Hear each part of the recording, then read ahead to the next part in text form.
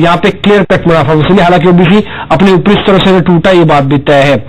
आपको वो शेयर दिखाते हैं जो कि जबरदस्त चल रहे थे, कई महीनों से चल रहे थे जब से लिस्ट हुए थे, यानी कि रिसेंट आईपीओ, उनके अंदर आज तेज गिरावट आती हुई दिखे। नई लिस्टिंग वाले शेयर आज धराशायी हो गए, या फिर ये कहें आज ऐसा मुनाफा वसूली का डंक लगा कि आज ये उभर ही नहीं पा रहे हैं।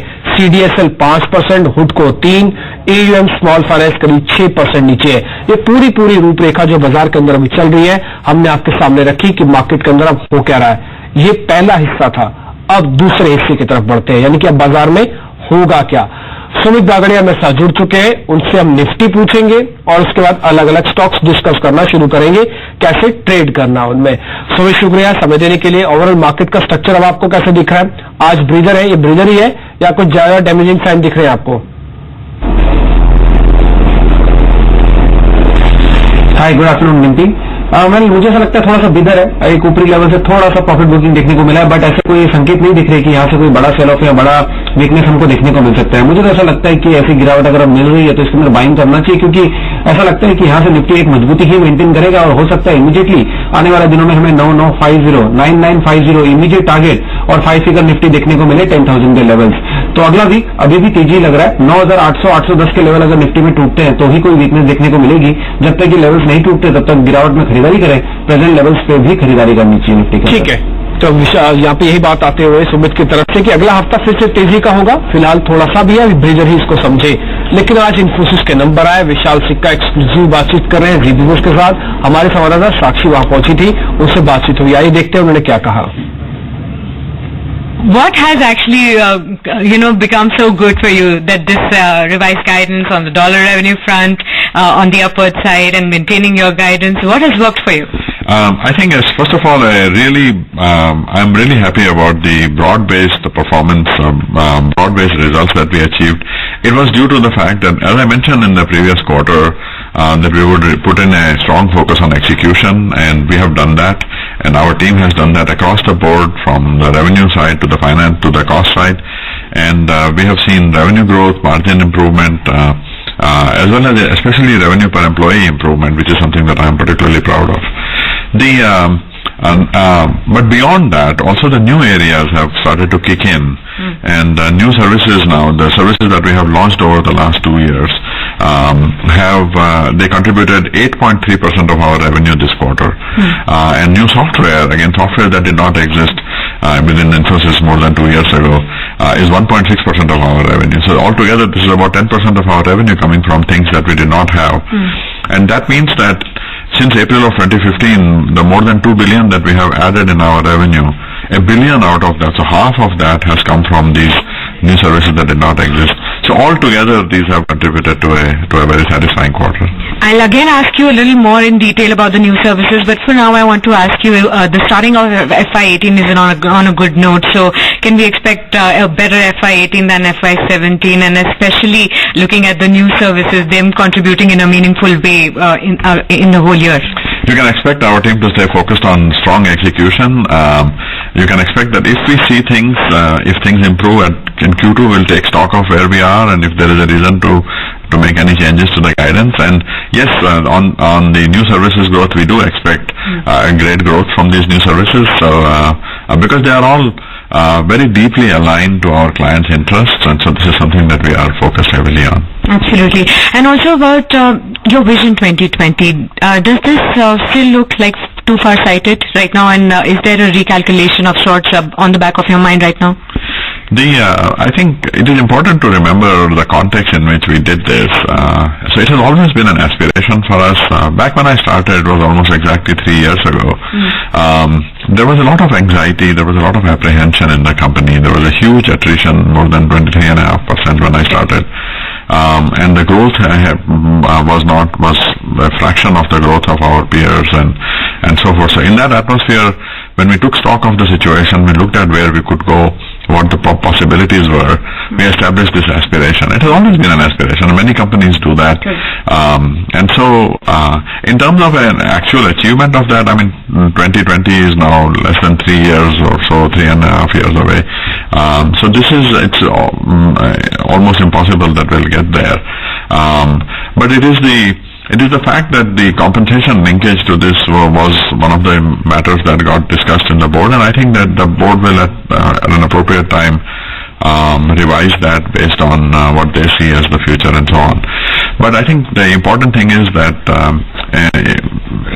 it is an aspiration. It has always been one, and in hundreds of meetings that I have done, it has never been a doubt about that. Right. You have been focused on automation and digital sphere. I want to understand from you now, what is something which is on the back of everybody's minds is what does it do to jobs? That is one pertinent question. How do you address that?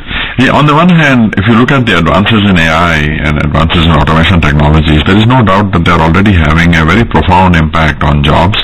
But also at the same time, we have to realize that these are jobs of the past looking backwards. These are commoditizing jobs. And in those areas, it behooves us to embrace automation, to improve our productivity, to build automation technology and so on. But at the same time, new technology always creates new opportunities, new jobs that did not exist before. And we can build those. So, I came here to this venue on our own indigenously built autonomous golf cart. And this is an example. For every driver that an autonomous cart can potentially replace, and although I think a full-scale autonomous technology is still quite a bit into our future, there is an autonomous technology that has to be built by, and that is being built by people. So we can learn to do these things. So the key is education. At Infosys, we have always had the founding value of learnability. Mr. Murthy used to talk about this. And that is at the heart of this, that can we learn these new skills, these new capabilities, and can we learn to be relevant in the times ahead on the basis of this ability to learn, and that is what it comes down to. Right. Absolutely. Some stellar performance coming on this front, definitely, and you are taking guidance from the founders front. But there is still on the back of the mind of analysts a question that is there, if all well, between the promoters or the founders and the board right now, because they're still not attending the AGM. So if you could give some clarity on that front. I think that you have to ask board this question, and our job is to ensure that we are focused on execution and delivering strong performance for the company, but also to not abandon the values of the company, to continue to do so in a purposeful way. Times have changed, times are changing, they are changing significantly from the past, but we can continue to be relevant and growing in those times while adhering to our timeless values, and I think that is our endeavor. Right. You have taken a step of actually sending Ranga to US now. He will be relocated there. So what is the broad reason? Why are you sending him there? And, is there any back of the mind strategy to counter all the protectionist policies of Donald Trump over there to send him to lead that front? No, it is very simple. When I started, Ranga was heading my office and running all the strategic operations for us.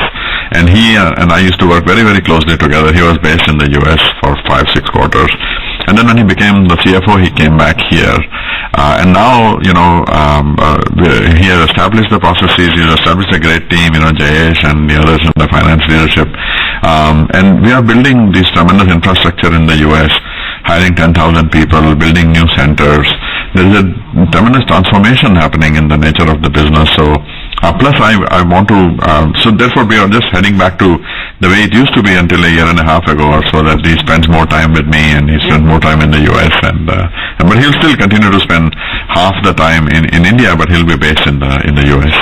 On the capital allocation front, I wanted to just ask you that, why is the board not deciding to go ahead with the buybacks, especially when the analyst community feels that this is probably the best time? Oh no, the board and the management are absolutely committed to the capital allocation policy that we have laid out. We are going to stick to the timelines, and we'll do that in a very timely way. In fact, our teams are working very hard in getting there. The Infosys is a pioneering company in the sense that we have a large number of shares that are not in India. There are foreign listed shares, ADRs and so forth. And so we are under multiple regulatory regimes, and we have to comply to those. So we are in the process of achieving those regulatory clearances, and as soon as that happens, we'll do. So we are absolutely committed to getting the capital allocation policy executed in a timely way, and we'll get it done this year. Any acquisitions on your mind? Always. We are always looking for next generation technologies, next generation companies that can help us advance what we are trying to do, not to buy market share or revenue, but to really help us move forward. And we bought a small company called Skytree, last quarter, and we'll continue to do things like that. तो तो आप ये exclusive बातचीत देख रहे थे विशाल सिक्का इन्फोसिस के नंबर के बाद हमारे संवाददाता साक्षी बत्रा के साथ बातचीत करते हुए उन्होंने बिल्कुल साफ रखा कि इनका एजुकेशन इनोवेशन पे पूरा फोकस रहेगा, ऑटोमेशन उनकी थीम होगी और आगे चल के कुछ और बड़े क्लाइंट्स और बड़े सेगमेंट्स की तरफ वो ध्यान देंगे। अब एक बार क्योंकि इन्फ्लेशन का डाटा आ चुका है, बैंड में आपको सारी इंफॉर्मेशन मिल रही थी, 1% से भी कम इस बार की थोक महंगाई दर पड़ी है और ये करीब आप देखिए ना बहुत इंपॉर्टेंट है क्योंकि 1.25% होनी चाहिए थी, आई 1% से भी कम है। इससे पहले सीपीआई कम आ चुका है, आईआईपी कम आ चुका है, तो सारी चीजें यही कहती है कि अब तो पुख्ता हो गया है कि आपको दरें घटा देनी ही चाहिए। इसलिए देखिए फर्स्ट रिएक्शन जो मिलता है वो निफ्टी बैंक से मिलता है क्योंकि बैंकिंग स्टॉक सबसे ज्यादा सेंसिटिव है इन दरों के हिसाब से, इसलिए निफ्टी बैंक में ही सबसे पहला हरा निशान आया। आप जो तेजी देख पा रहे हैं ये सारी कवायद वहीं से शुरू हुई है जो कि एक बताती है कि आने वाले दिनों में दरें घट सकते हैं और ये बिजनेस का एजेंडा और बिजनेस की मुहिम भी थी जो आपके सामने फिर से चित्रार्थ हो रही है। एक और सपोर्ट हमारे हक में आके खड़ा हो गया जो ये कहता है कि अब तो दरें घटाओ सर, अब तो दरें घट जानी चाहिए। तो खैर इसी उम्मीद के साथ कि दरें घटेंगी, फायदा होगा अर्थव्यवस्था को, ये तो जारी रहेगी मुहिम। लेकिन अब महामुकाबले की बात, आपने टीसीएस के नंबर देख लिए, आपने इन्फोसिस देखा, सबसे पहले मैनेजमेंट इन्फोसिस की हमारे साथ जुड़ी, उन्होंने पूरे जवाब दिए। अब ये समझ लेते हैं कि आखिरकार दोनों में से बेहतरीन शेयर कौन से हैं, कौन सी चीज ऐसी है जिसमें ट्रेड देखा जा सकता है। मेरे दोनों सहयोगी मेरे साथ जुड़ चुके हैं, सुमित है और साथ ही साथ संदीप है, जो कि अलग अलग जंग के तौर पर तो मैं नहीं कह सकता, हाँ लेकिन तर्क की जंग जरूर होगी, वो होगी फैक्ट्स की जंग जिससे आपका फायदा छुपा होगा, वो शुरू कर देते हैं। तो महामुकाबला शुरू करें लेकिन तर्क और फैक्ट्स के साथ, और इसके पीछे कवायद एक सिर्फ आपका फायदा। चलिए पक्ष रखना शुरू करते हैं डिम्पी, अपना अपना। बहुत ज्यादा पक्ष मेरे पास है नहीं, वो मेरे शेयर से ही रिफ्लेक्ट हो रहा है, 2% नीचे है और संदीप की मुस्कान आपको बताई रही होगी, इनका शेयर ज्यादा अच्छा चल रहा है, इनके पास अच्छे तर्क हैं।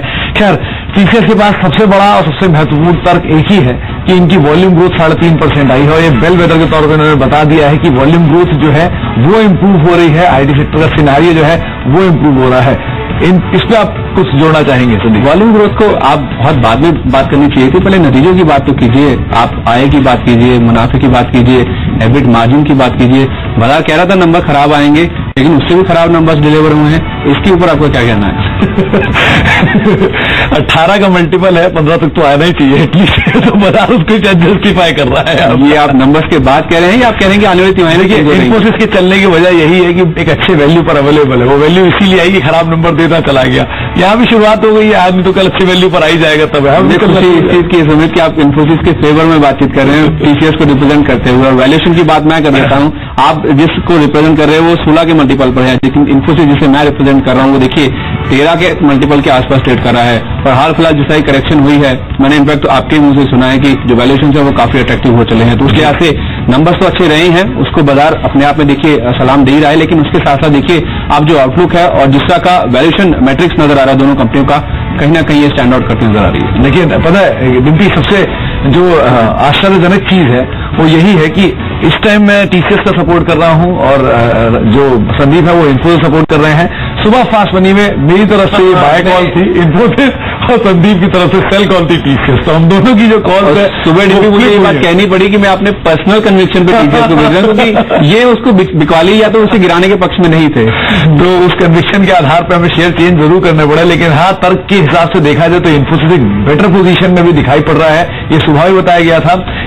टीसीएस की पोजीशन थोड़ी बेहतर भले ही नहीं है अभी के सिनेरियो में, लेकिन हाँ जानकार मानते हैं कि सेकंड हाफ जो होगा वो शायद टीसीएस के फेवर में आएगा, और अगर उस समय तक शेयर और करेक्ट हो जाता है, वैल्यू और आकर्षक हो जाती है, तो अगली ग्रोथ ड्राइव जो होगी वो शायद टीसीएस तरफ से आते हुए दिखाई पड़ेगा। टीसीएस को बायबैक का भी सपोर्ट मिलेगा। खैर मैं दोनों से एक चीज जरूर पूछना चाहता हूँ, आप टीसीएस में सुमित खासकर आप ऐसी कौन सी चीज आपको लगी है जो बेहद खराब थी और आगे सुधार की गुंजाइश है? ठीक यही संदीप आपसे, ऐसी कौन सी चीज थी इन्फोसिस में जो बेहद बेहतर थी, आगे इस पे डाउट है? पहले देखिए आप बताएं। पहली जो तीसरी सबसे बुरी चीज जो हुई है वो है इनके करेंसी का जो शॉक इन्हें लगा है 650 करोड़ रुपए का, वो एक बड़ा सेटबैक है इनके मार्जिन के लिए। अगर करेंसी को ठीक से हेज कर लेते जो इन्फोसिस कर गया तो शायद टीसीएस के नंबर और बेटर हो सकते थे, और वो हो जाता तो टीसीएस इतना शार्प रिएक्शन ना देता। बहुत खराब नहीं आ रहा रिएक्शन क्योंकि शेयर बहुत गिर चुका है, वैल्यू आकर्षक है, इसलिए इतनी करेक्शन नहीं है, इसलिए इतना ज्यादा दबाव नहीं है। अब संदीप की बारी। देखिए इन्फोसिस की जहां तक बात है डिम्पी, तो एक तो इन्होंने अपना जो रूपी गाइडेंस है उसे बरकरार रखा, लेकिन ऑन टॉप ऑफ दैट अगर आप डॉलर आई गाइडेंस की बात कीजिए उसे उन्होंने और आगे बढ़ाया है, और उसके साथ साथ जो एबिट मार्जिन का गाइडेंस है उसे 23 से 25% पर मेंटेन किया है। बावजूद इसके ये जो क्वार्टर जिसमें हम अभी खड़े हैं इसमें अगर आप देखें तो वेज हाइक का इंपैक्ट इस क्वार्टर में देखने को मिलेगा। उसके बावजूद भी अगर वो एबिट मार्जिन के गाइडेंस को मेंटेन कर रहे हैं तो अपने आप में बहुत बड़ा पॉजिटिव ट्रिगर है। और उसके साथ साथ डिम्पी विशाल जिसका को आप सुन ही रहे थे, जो नई सर्विसेज हैं वो एक नया ग्रोथ ड्राइवर होगा, उसका जब कंट्रीब्यूशन आने लगेगा वो बहुत बड़ा पॉजिटिव ट्रिगर है। इसमें एक आखिरी चीज और ऐड करना चाहूंगा डिम्पी की, अगर वेज हाइक का मेजर इंपैक्ट Q2 में आता है तो वो शायद एक सेटबैक हो सकता है इन्फोसिस के लिए, लेकिन वो उस समय के सिनेरियो में देखते हैं कैसे वो लोग मैच करते हैं। लेकिन फिलहाल के लिए ये कह सकते हैं कि इन्फोसिस सिचुएशन फार बेटर है, टीसीएस सिचुएशन अभी थोड़ी सी कंसर्न वाली जरूर दिख रही है। ठीक है, ये बात बिल्कुल बेहतर दिख रही है कि टीसीएस और इन्फोसिस के जो तर्क है और तर्क जायज है, और आज शेयर क्यों ऊपर है और शेयर क्यों नीचे है, ये सारे रीजनिंग आपके सामने है। और अगर ये बात है ना कि आईटी का किंग कौन है, तो मैं तो कहूंगा आईटी का किंग छोड़ दीजिए, मुनाफे का किंग आप तो है ही, क्योंकि सुबह 7:30 बजे जब दोनों का ट्रेड नहीं शुरू हुआ था आपको पहले ही बताया था कि टीसीएस टूटेगा, इन्फोसिस चलेगा, और वैसा ही हुआ है। तो आप तो किंग है ही, आईटी का किंग कोई भी बने, जैसे भी बने, वो आगे की बात है। चलिए आगे बढ़ते, आप कुछ और ट्रेड भी देख लेते हैं जहां पे मार्केट के अंदर आज मोमेंटम देखने को मिल रहा है। सुमित बगड़े मेरे साथ बने हैं। सुमित, इस बीच आपने कोई शेयर ढूंढा है? इन्फोसिस और टीसीएस तो शायद लग रहा है आज बड़ा मूव अप नहीं देगा, जो फर्स्ट रिएक्शन आता है नंबर्स में वो आ चुका है। पिछले 3 घंटे से शेयर वैसे ही ट्रेड करे हैं, जो उसकी ट्राजेक्टरी नहीं है। आपकी तरफ से कोई शेयर ऐसा जो भी मूव दे?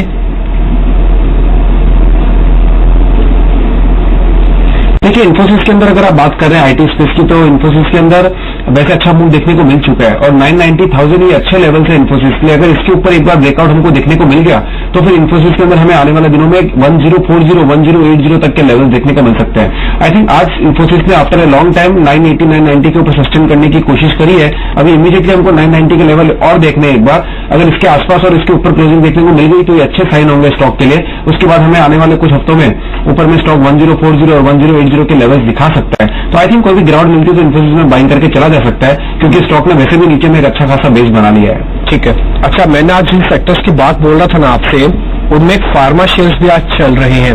एक बार जरा फार्मा का सारे शेयर्स वापस दिखाई जहां पे अच्छी स्ट्रेंथ है।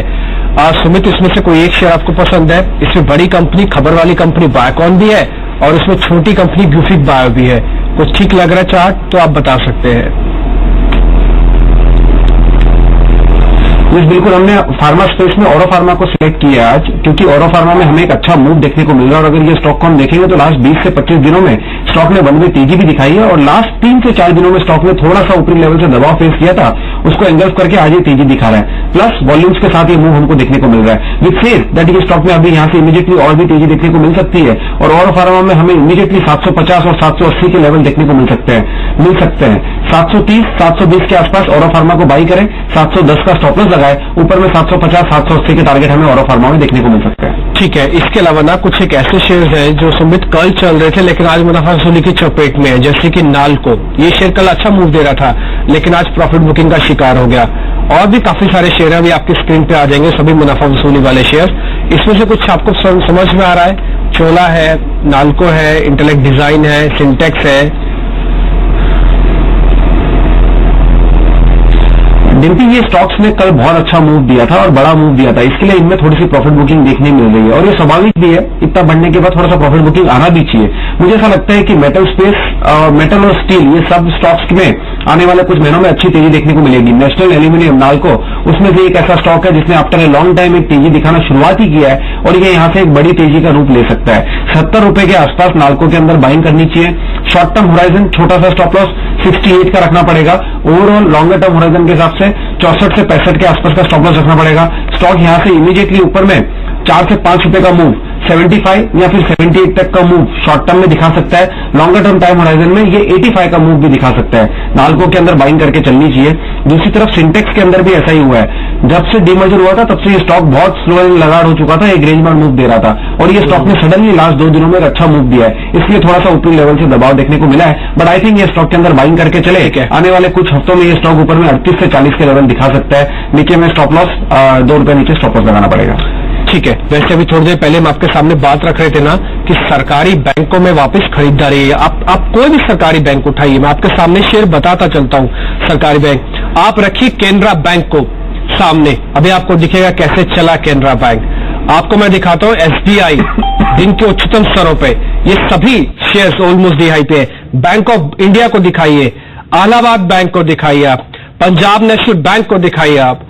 ये कोई भी सरकारी बैंक अब ऐसा नहीं है जो इस मूव में ना पार्टिसिपेट कर रहा हो। और मेरे को ये कहते बिल्कुल फक्र महसूस हो रहा है कि हमने ही सबसे पहले आपके सामने बात रखी थी कि अब सरकार को यानी आरबीआई को अब ब्याज की दरों को थोड़ा सा कम करना चाहिए। ये बेहद जरूरी है और जरूरी इसलिए भी है क्योंकि अर्थव्यवस्था की बात है। हालांकि फर्क कितना आएगा यह भी कहना मुश्किल होगा, लेकिन एक कदम तो उठाएं। वो कदम हमारे कहने पर नहीं, लेकिन अर्थव्यवस्था को सोच में रखते हुए आरबीआई को जरूर उठाना चाहिए। ये सरकारी बैंक कहीं ना कहीं इसका अंदेशा दे रहे हैं कि अब तो शायद आरबीआई को सोचना ही चाहिए और सोच भी रहा होगा, क्योंकि डब्ल्यूपीआई, सीपीआई, आईआईपी, आप अर्थव्यवस्था का कोई भी आंकड़ा उठा लीजिए, आपको पता लगेगा कि हम ये बात क्यों कह रहे हैं, किस दम पर कह रहे हैं। सारे ग्राफिक्स के जरिए हमने कल एक डिटेल एनालिसिस किया। हमने उसके बाद आपको ये भी बताया था कि वित्त मंत्री खुद चाहते हैं कि दर यहां पे थोड़ी कम होनी चाहिए। इस बीच मेरे साथ एक और एनालिस्ट ऋषि शाह जुड़ चुके हैं, उनसे हम बातचीत करते हैं। इकोनॉमिस्ट हैं वो। ऋषि जी, शुक्रिया पहले तो समय देने के लिए। मेरे सामने जो सारा पिक्चर है ना, मैं एक बार आपके सामने रह लेता हूं और मैं आपका जरूर एक व्यू लेना चाहता हूं, क्योंकि आप एक बड़े अर्थशास्त्री हैं और आपको ये बात अच्छी तरह से समझ में आएगी। एक तो सीपीआई का डाटा लगातार डाउन ट्रेंड में है। अभी डब्ल्यूपीआई का डाटा आया, हम एक्सपेक्ट कर रहे थे 1% ऊपर आएगा, वो आया 1% से भी नीचे। आईआईपी रिकॉर्ड स्तरों पे नीचे है, ग्रोथ है नहीं, इन्फ्लेशन बिल्कुल लो है। ये तो जो इकोनॉमिक्स का 11th और 12th का बच्चा होता है ना सर, वो भी बता देगा कि हाँ इन सिनेरियो के अंदर तो ब्याज दरें कम हो जानी चाहिए, क्योंकि आपका इन्फ्लेशन आपके कंफर्ट जोन में है, ग्रोथ को आपको बढ़ाना है। एक ट्रिगर होता है ब्याज दरें बढ़ जाए और कम हो जाए। हाँ जी, देखिए मैं ब्रॉडली सहमत हूँ, लेकिन इसमें एक चीज आपको देखना पड़ेगा कि आप आगे की प्रोजेक्शन अगर आप देखें तो इन्फ्लेशन बढ़ता हुआ दिखता है अगले 6 से 8 महीने में। ज्यादा अब नहीं बढ़ना चाहिए, ये हमारा भी मानना है, और इसलिए रेट कट का जो चांसेस हैं वो इन नंबर्स की वजह से बहुत ज्यादा बढ़ गए हैं। दूसरी चीज जो ध्यान में रखने वाली है, क्या इस रेट कट से पहले जो रेट कट जैसे थे उनसे क्या फायदा हुआ। पिछले साल भी आपने देखा कि जो भी रेट कट किए गए, क्या उससे कुछ बूस्ट मिला इकोनॉमी को या नहीं। तो इसलिए जब आरबीआई ये डिसीजन लेगा, उसको लिए ये समझना बहुत जरूरी हो जाता है कि खाली रेट कट का कितना मतलब फायदा कितना होगा, और वो ये नहीं चाहेंगे कि कल को अगर इन्फ्लेशन एकदम से बढ़ता है तो फिर वो अपना स्टांस बदल लें। तो इसलिए थोड़ा स्लो चल रहा है, कॉशियस स्टांस है। या देखिए अभी साल नहीं हुए हैं इन्फ्लेशन टारगेटिंग रेजिम में, तो ये चाह कि ये वो चीज को हम वो कहते हैं कि एक्सपेक्टेशंस को एंकर करना चाहते हैं लोगों का कि इन्फ्लेशन अब आगे लो ही रहेगा। सो इसलिए थोड़ा सा कॉशियस है, लेकिन इसके बावजूद हमारा भी यही मानना है कि आने मतलब जो अगस्त में जो पॉलिसी है उसमें काफी हाई चांस है अब रेट कट मिलने का। यस, तो काफी हाई चांस बन जाते हैं। अच्छा सर, कितना होगा रेट कट? ये हम तो कैलकुलेट कर रहे हैं कि शायद 25 बीपीएस यानी कि 1/4% का कट है, इतना ही एक्सपेक्टेड आपका भी? देखिए अभी हम 25 के साथ ही चलेंगे, क्योंकि ये कंडीशन जो है बड़ी जल्दी पलटती है। एक आप देखेंगे कि इस साल हमारे पास फंड इनफ्लोज बहुत आए हैं जो स्टॉक मार्केट्स में है या बॉन्ड मार्केट्स में है।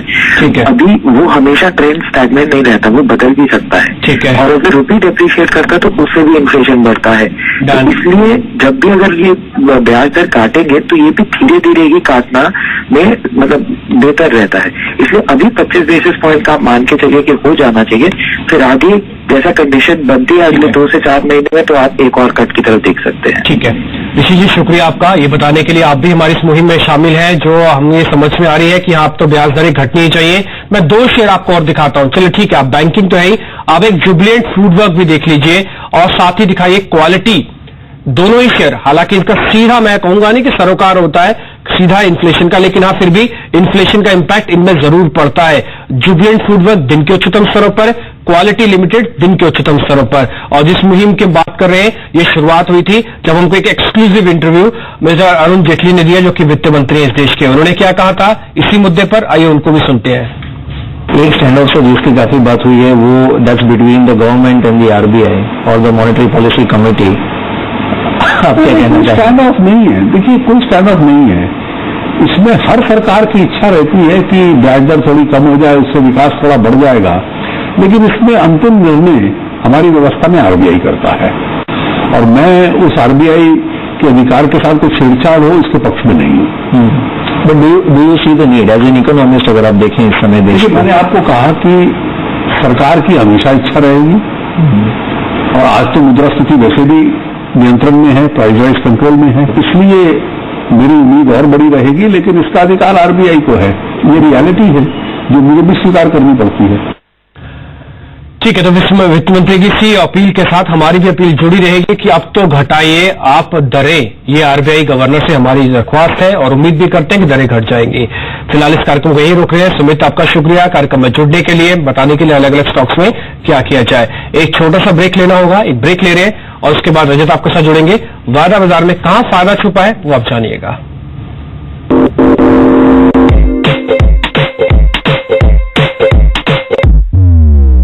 सुनो सुनो तो अपने दिल की, सुनो तो अपने दिल की, सुनो तो अपने दिल की। लक्ष्य जी।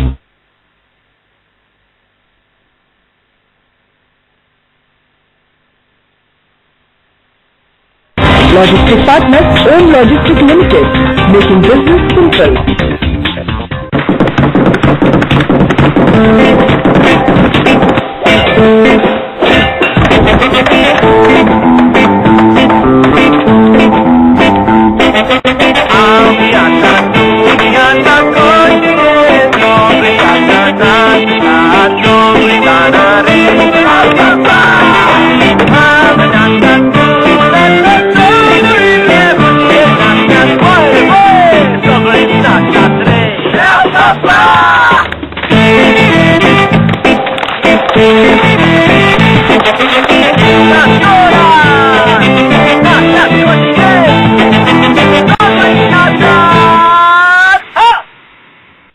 बढ़ाने के लिए आप करते कुछ है, होता कुछ और है। GoDaddy के साथ वेबसाइट बनाओ, अपने बिजनेस की पहुंच बढ़ाओ, इंटरनेट को काम पे लगाओ, GoDaddy को कॉल लगाओ।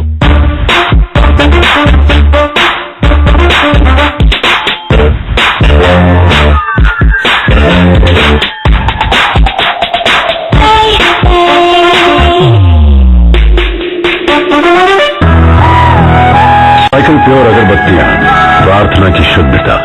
हर साइकिल 3 में 50 रुपए पैक के साथ एक मैच बॉक्स मुफ्त। Delay is not in our track record. We are Northeastern Carrying Corporation, well connected network. Record ऊंचाई पर मुनाफा वसूली का दबाव 9900 के पार जाने के बाद निफ्टी में हल्की गिरावट। कैपिटल गुड्स और एफएमसीजी शेयरों पर सबसे ज्यादा बिकवाली।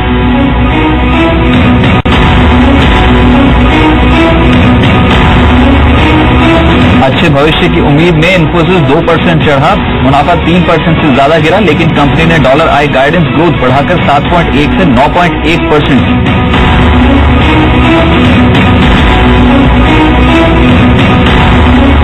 खराब नतीजों से टीसीएस 2% टूटा, पहली तिमाही में मुनाफा 10% गिरा, 2 साल में सबसे बड़ी तिमाही गिरावट। मार्जिन ने भी किया निराश।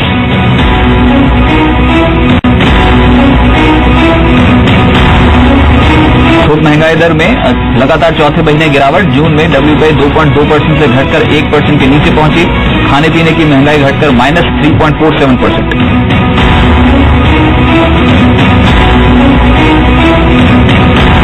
प्रधानमंत्री नरेंद्र मोदी आज एफडीए पॉलिसी की करेंगे समीक्षा। विदेशी निवेश की अड़चनों को दूर करने पर फोकस। वाणिज्य और उद्योग मंत्रालय देगा presentation.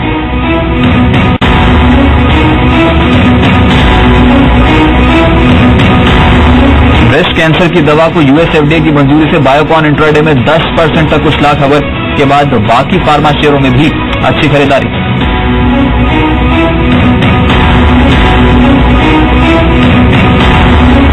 HDFC life max life के मर्जर में हो सकती है देरी। सूत्रों के मुताबिक एचडीएफसी लाइफ 1 साल के लिए टाल सकता है मर्जर। एचडीएफसी लाइफ अब सिर्फ अपने आईपीओ पर करेगा फोकस।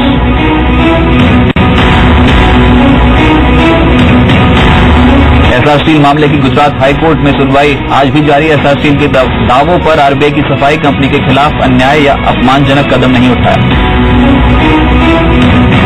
प्रस्तुतकर्ता पतंजलि के शुद्ध फ्रूट जूस, प्यास बुझाए, एनर्जी बढ़ाए। प्रायोजक गजब की खुशबू, गजब का स्वाद, एमडीएच का सब्जी मसाला जो हमेशा रहे याद।